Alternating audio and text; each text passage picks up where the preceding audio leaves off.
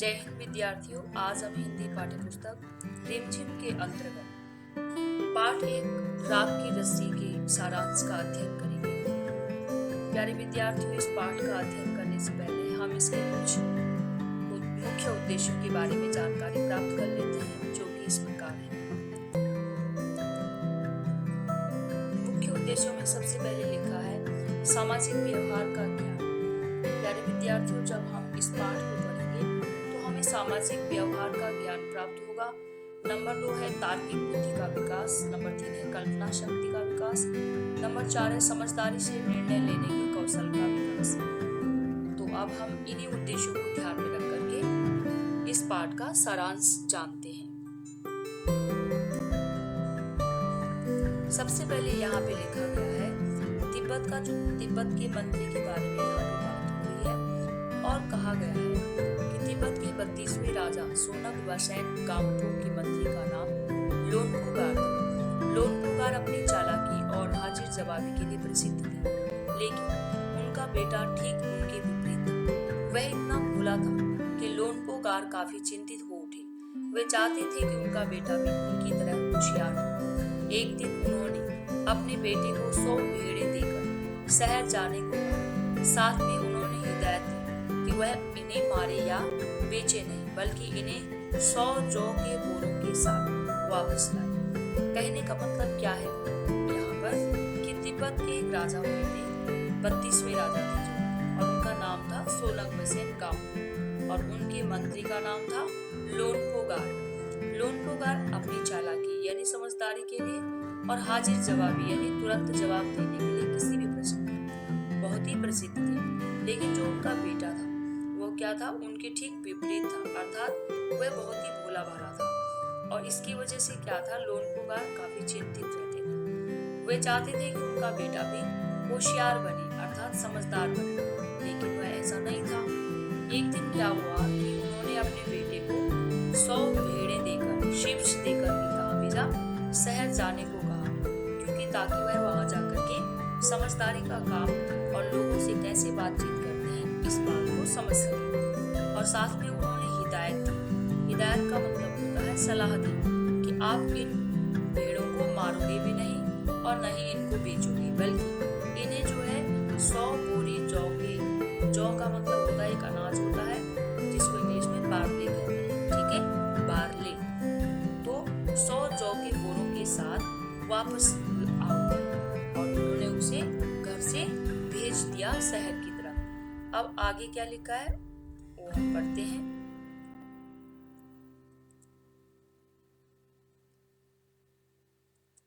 यहाँ पे लिखा हुआ है कि बेटा जब शहर पहुंच गया, अब उसको कुछ तो आता था नहीं, वो बहुत भोला वाला था, लेकिन जब वो शहर पहुंच गया वो बहुत चिंतित था, क्योंकि उसके पास 100 बोरे जौ खरीदने के लिए रुपए नहीं थे।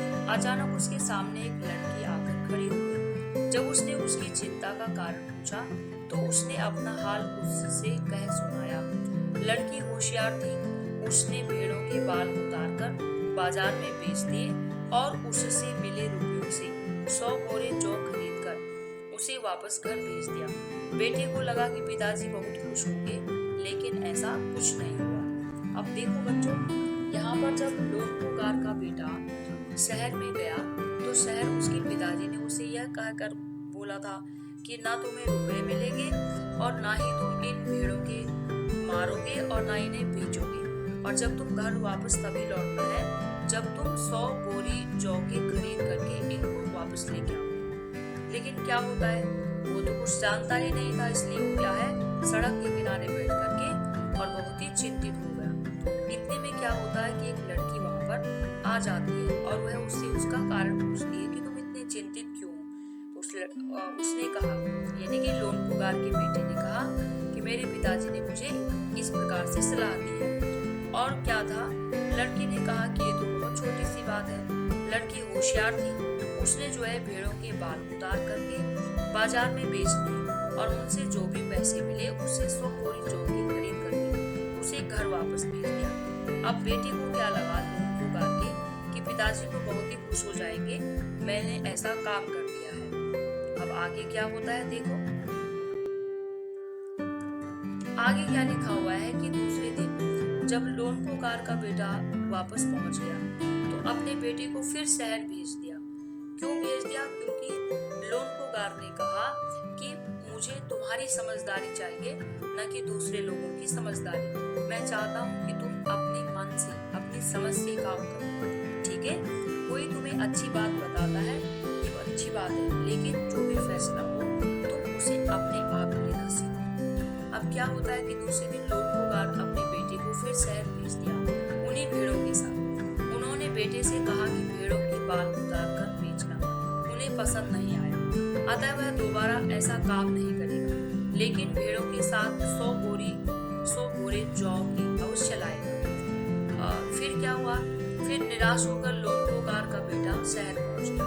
वह लड़की उसे फिर मिली। उसने फिर अपनी समस्या उसे सुनाई। इस बार लड़की ने भेड़ों के सींग काटकर उन्हें बाजार में बेच दिया और उनसे मिले 100 बोरे जौ के खरीद कर उसे घर वापस भेज दिया। अब क्या होता है कि दूसरी बार भी लोनपोकार ने जब उसे कहा कि तुम ऐसा कुछ नहीं करोगे, तुम अपने आप निर्णय लोगे और भेड़ों को बेचोगे भी नहीं और इनके मारोगे भी नहीं, और इनके साथ जब वापस आओगे तो 100 बोरी जौ के होने चाहिए आपको। अब वह फिर से निराश हो गया और शहर पहुंच गया। वहां पर उसे एक लड़की मिली जो पहले मिली थी। उसने कहा कि अब की बार आप क्या करते हैं, इन भेड़ों के सींग काट लेते हैं, और उन्हें बेच करके उसने 100 बोरी जौ के खरीदे और उस लोनपोकार के बेटे को दे करके उसे घर वापस भेज दिया। अब आगे देखिए क्या होता है। आगे लिखा हुआ है कि बेटा बड़ा खुशी से घर वापस आ गया, क्योंकि उसे तो बैठे बिठाए काम उसका हो जा रहा था। तो बेटे ने खुशी में अपने पिता से सारी कहानी कह सुनाई। सुनकर के लोनपोकार बोले, उस लड़के से कहो कि हमें 9 हाथ लंबी राख की रस्सी बनाकर दे। उनके बेटे ने लड़की के पास जाकर पिता का संदेश सुनाया। लड़की एक शर्त पर रस्सी बनाने को तैयार थी। शर्त थी कि उसके पिता उस रस्सी को गले में पहने। लोनपोकार ने सोचा ऐसी रस्सी बनाना ही संभव नहीं है, इसलिए लड़की की शर्त स्वीकार कर ली। अब क्या होता है कि जब दूसरी बार भी उस लड़की की कहानी लोनपोकार के बेटे ने सुनाई अपने पिताजी को, तो कहा कि लोनपोकार ने कहा उस लड़की से जाकर कहो कि एक राख की रस्सी बनाए, 9 हाथ लंबी राख की रस्सी बनाकर दी। उसके बेटे ने लड़की के पास जाकर पिता का संदेश सुनाया।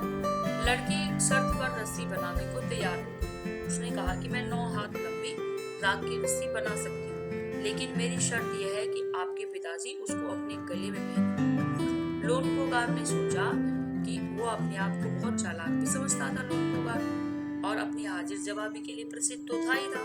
तो उसने कहा कि जब 9 हाथ राख की रस्सी तो बनेगी नहीं तो मैं पहनूंगा कहाँ से। इसलिए उसने बिना सोचे समझे यहाँ पर अपना निर्णय ले लिया और शर्त मंजूर कर।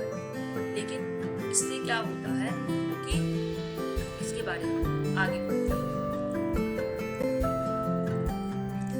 आगे क्या लिखा हुआ है कि अगले दिन ही लड़की ने 9 हाथ की रस्सी यानी राख की रस्सी लेकर उसे पत्थर की सिल पर, यहाँ पे लिखा है कि अगले दिन लड़की ने 9 हाथ की रस्सी लेकर उसे पत्थर की सिल पर रखकर जला दिया। रस्सी के जलने के बाद उसी के आकार की राख बच गई।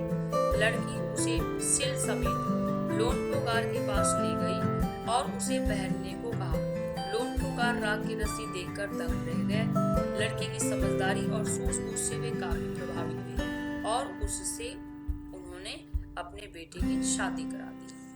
अब क्या होता है कि अगले दिन जब उस लड़के ने क्या किया कि एक 9 हाथ लंबी रस्सी ली और उस पर एक सिल पर यानी पत्थर पर रख दिया और फिर क्या किया, उसको जला दिया। जलाने के बाद जो है वो रस्सी के आकार की जो है वो राख बच गई और लड़की ने उस पत्थर समेत उसको ले जा करके लोनपोकार के पास गई और बोली अब इसे पहन कर दिखा।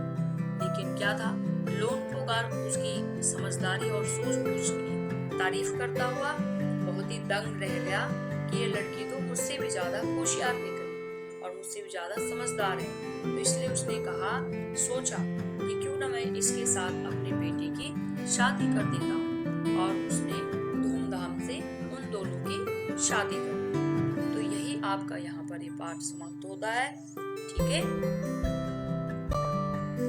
इस पाठ के कठिन शब्दार्थ हैं। सबसे नंबर 1 पे लिखा है भोला। भोला का मतलब होता है सीधा साधा। नंबर 2 पर है मशहूर अर्थात विख्यात। नंबर 3 पर है हल। हल का मतलब होता है समाधान। और नंबर 4 है हाजिर जवाबी, तुरंत उत्तर देने का कौशल। 5वां नंबर है प्रस्ताव। प्रस्ताव का मतलब होता है सुझाव। और नंबर 6 पर है आप बीती, स्वयं के साथ घटी हुई घटना। 7वें नंबर पे है मंजूर अर्थात स्वीकार कर लेना। नंबर 8 है चैन। चैन का मतलब होता है शांति से। नंबर 9 है रवाना किया अर्थात भेजा। और 10 नंबर पे है चकित रह गए अर्थात हैरान हुए। तो प्यारे बच्चों, यहीं पर आपका ये पाठ समाप्त होता है। और लेखक को यह कहानी लिखने का उद्देश्य यही है कि वे हमें समझाना चाहते हैं कि हम जब कभी भी कोई भी काम करें तो सोच समझ कर और समझदारी के साथ काम करें और सही समय पर सही निर्णय लेना सीखें। ठीक है।